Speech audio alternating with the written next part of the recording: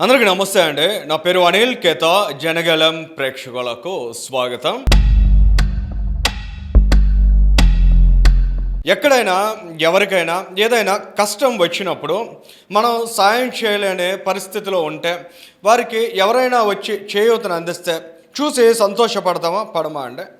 కాస్త మనకు సాయం చేయగలిగేటువంటి స్థానం ఉండి కూడా ఎదుటి వ్యక్తి కష్టంలో ఉన్నప్పుడు మనల్ని సాయం అర్థించినప్పుడు కనీసం స్పందించకుండా వారికి ఏ పాటి సాయం చేయకుండా అక్కడి నుంచి మొహం చాటేసి వెళ్ళిపోతే అటువంటి వారిని చూసి అసహ్యం కలుగుతుందా లేదా అనేది కూడా మీరు చెప్పాలంటే ఇక్కడ ఈ రెండు ఎగ్జాంపుల్స్ని ఎందుకు కోట్ చేశామంటే మొదటి ఎగ్జాంపుల్లో కరెక్ట్గా ఎగ్జాక్ట్గా ఫిట్ అయ్యేటువంటి లీడర్ నారా లోకేష్ గారు. రెండో ఎగ్జాంపుల్లో ఫిట్ అయ్యే లీడర్ ఎవరంటే వైఎస్ జగన్మోహన్ రెడ్డి గారు అండి. ఆయన ఏడుపు ఎంత దారుణంగా ఎంత నీచంగా తయారైందంటే వాళ్ళ ఆంధ్రప్రదేశ్ రాష్ట్రంలో ఎక్కడైనా ఎవరికైనా పేదలకు కాస్త నారా లోకేష్ గారు బాసటగా నిలిచేటువంటి ప్రయత్నం చేస్తే దాని మీద కూడా పడి ఈర్ష్యతో రగిలిపోతున్నటువంటి నీచమైనటువంటి మైండ్ సెట్కి దిగజారిపోయారండి జగన్మోహన్ రెడ్డి గారు. అంటే ఇన్ని మాటలు ఎందుకు చెప్పాల్సి వచ్చిందంటే జగన్ రెడ్డి గారికి ఎక్కడైనా ఎవరికి పేదలకు న్యాయం జరిగితే ఈయనకి బాధ ఏంటంటే ఈయన ప్యాలెస్లో ఉంటున్నాడు, విలాసాలు అనుభవిస్తున్నాడు, చాలా అద్భుతమైనటువంటి లగ్జరీస్ మధ్య కంఫర్టబుల్గా తింటున్నాడు, ఉంటున్నాడు, హెలికాప్టర్స్లో తిరుగుతున్నాడు. ఆయన స్టేటస్ అనేది ఆయనకి భద్రంగా ఉంది కదండి. మరి ఆంధ్రప్రదేశ్ రాష్ట్ర ప్రజానీకాన్ని 5 ఏళ్ల పాటు సర్వం నాశనం చేసేసింది సరిపోక వాళ్ళకి ఎక్కడైనా ఏదైనా కష్టం వచ్చినప్పుడు ఒక నాయకుడు వెళ్ళి ఆదుకుంటే ఎందుకు ఆయనకు అంత బాధ వస్తుంది? ఇక్కడ మీకు చూపిస్తున్నటువంటి ఒక ఎగ్జాంపుల్ అండి. వైఎస్ఆర్ కాంగ్రెస్ పార్టీకి సంబంధించిన నాయకుడైన మైనారిటీ వెల్ఫేర్కి సంబంధించిన స్టేట్ వర్కింగ్ ప్రెసిడెంట్ అట ఆయన హఫీజ్ ఖాన్. ఈయన ఒక ట్వీట్ పెట్టారండి. ఆ ట్వీట్ని YSR Congress party official social media వింగ్లో షేర్ చేశారండి. వాళ్ళ ఏడుపు ఏంటని ఒక్కసారి మనం అబ్జర్వ్ చేసినట్లయితే నారా లోకేష్ గారు అప్పుడు గత ఏడాది రంజాన్ సమయంలో ఒక ముస్లిం మైనారిటీ నిరుపేద ఇంటికి వెళ్ళారు. షేక్ షహన్షా అతని పేరు. ఆయన ఇంటికి వెళ్ళి వారి కష్టాలను తెలుసుకున్నారు. ఆ సందర్భంలో వారికి ఇల్లు నిర్మించేస్తామనేటువంటి హామీని ఇచ్చారండి లోకేష్ గారు. ఆ హామీని ఇచ్చిన తర్వాత ఏడాది కాలంలో ఆ ఇంటి నిర్మాణం పూర్తి చేశారు. మొన్న రంజాన్ సందర్భంగా ఆ విషయాన్ని మళ్ళీ ఆ కుటుంబం బయటకు వచ్చి షేర్ చేసుకుంటే అది ట్రెండింగ్ అయిందండి. దాన్ని చూసి నేషనల్ మీడియా కూడా ఇన్స్పైర్ అయింది.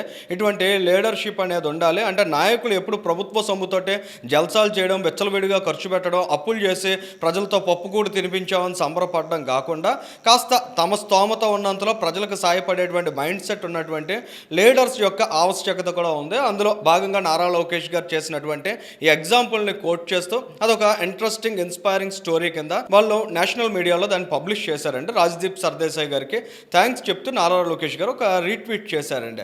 అక్కడి నుంచి మొదలైంది వీళ్ళ బాధ. అంటే ఒక మైనారిటీ నిరుపేద కుటుంబానికి ఒక సొంతింటి కళను నారా లోకేష్ గారు సాకారం చేస్తే ఇవాళ ఆంధ్రప్రదేశ్ రాష్ట్రంలో ఉన్నటువంటి పేదలు నిరుపేదలు వీళ్ళందరికీ ఇల్లు లేవు, మరి వాళ్ళందరికీ ఎప్పుడు న్యాయం జరుగుతుంది అనేటువంటి క్వశ్చన్స్ రైజ్ చేశారండి. అసలు మంగళగిరి కాన్స్టిట్యున్సీ నుంచి ఎలక్ట్ అయినటువంటి లీడర్ ఎవరండి? గతంలో 2019-24 మధ్య జగన్మోహన్ రెడ్డి ఆవిడ ముఖ్యమంత్రిగా ఉన్నాడు కదా. అక్కడ కరకట్ట కమల్ హాసన్ అని ఆ పార్టీకి సంబంధించిన అతనే కదంటే ఎమ్మెల్యేగా పనిచేశాడు.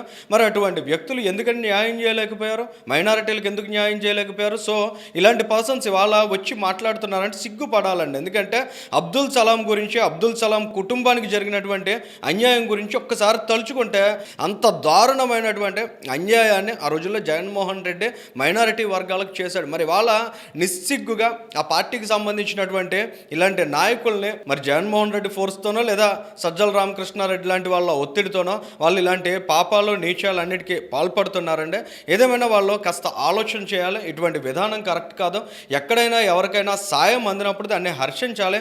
ఓకే, మన వర్గానికి సంబంధించినటువంటి ఒక నిరుపేద కుటుంబానికి ఆసరా దొరికిందని సంతోషపడాలి తప్ప ఈ విధంగా వాళ్ళ మీద పడి ఆడవడం, మేము చేయలేనటువంటి మంచి వాళ్ళు చేస్తున్నారు కాబట్టి వాళ్ళ మీద మనం బురద చల్లాలనేటువంటి చీప్ మైండ్ సెట్తో ఆలోచించడం అనేది ఆ వైఎస్ఆర్ కాంగ్రెస్ పార్టీకి పట్టిన అతి దారుణమైన దౌర్భాగ్యంగా భావించాలంటే అటువంటి దిక్కుమాలిన సంస్కృతి నుంచి జగన్మోహన్ రెడ్డి ఆ పార్టీకి సంబంధించిన నాయకుల్ని బయటకు రానియకుండా ఈ విధమైనటువంటి పోస్ట్స్ వాళ్ళతో పెట్టించడం, ఈ విధంగా వాళ్ళని మరింత అబాసపాలు చేయడం లాంటి దారుణమైనటువంటి మైండ్ సెట్ తోటి ఆయన వ్యవహరిస్తున్నారు. సో ఈ ఎంటైర్ కాంటెక్స్ట్ చూసిన తర్వాత జగన్మోహన్ రెడ్డి ఎప్పుడు ఏ ఒక్కరోజు కూడా ఎక్కడ ఎవరికి తన సొంత రూపాయి ఇదిగో ఈ విధంగా సాయం చేశాడనే దానికి సింగిల్ ఎగ్జాంపుల్ కూడా లేదండి.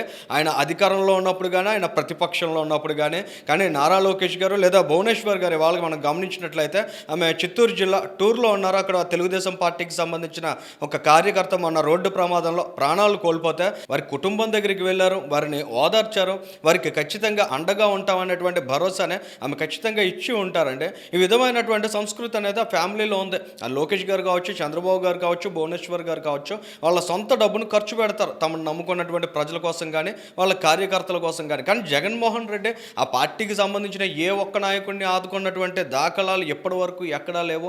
ఆయన ఏ ఒక్క రోజు కూడా ప్రజల కష్టంలో ఉంటే నేను 4 ఏళ్ల తర్వాత అధికారంలోకి వస్తే అప్పుడు తీరుస్తానంటాడు తప్ప ఆయన ఈ క్షణం నేను నిలబడి మీ సమస్య పరిష్కరిస్తాననేటువంటి మాట మాత్రం ఆయన నోటి వెంబట ఎప్పుడూ రాదండి. సో ఇలాంటి అంశాలన్నీ గమనించిన తర్వాత వైఎస్ఆర్ కాంగ్రెస్ పార్టీ, ఆ పార్టీ అధినేత నిజ రూపం, నిజ స్వరూపం అంత భయంకరంగా వికృతంగా ఉంటాయనేది చాలా స్పష్టంగా అర్థమవుతోందండి. ఈ వీడియోకి సంబంధించి మీ అభిప్రాయాన్ని కూడా కామెంట్ చేయండి.